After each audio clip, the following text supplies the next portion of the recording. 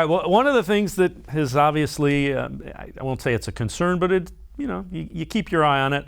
A lot of hamstring injuries for the Browns.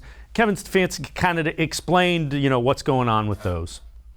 I think soft tissue injuries, Tony, are prevalent across the league in the first weeks of training camp. I think that's what the data suggests.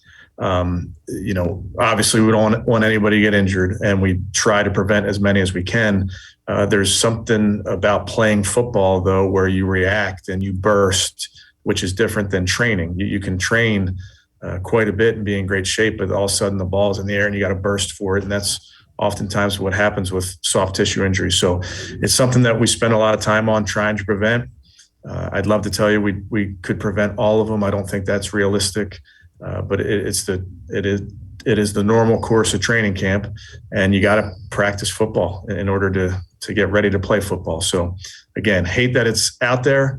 I don't think we're different than most that we're dealing with some of it right now, but I'm hopeful over the course of the next few days that guys start to come back off of that group. And Dan, it's obviously concerning that so many guys have the hamstrings, but the good news is they're not guys that are missing, weeks or months because they need surgery. Yeah, I think for each guy it's a little bit different, kind of how it might impact them. So Myles Garrett, right? Myles Garrett is going to show up week one and be ready to go. You don't have to worry about him. The guys you get concerned about is Anthony Schwartz, who I mentioned earlier. I mean, he missed time in spring because of a hamstring, and now he's missing time in camp. And so it concerns you a little bit that is he going to be able to get up to be ready to go by week one?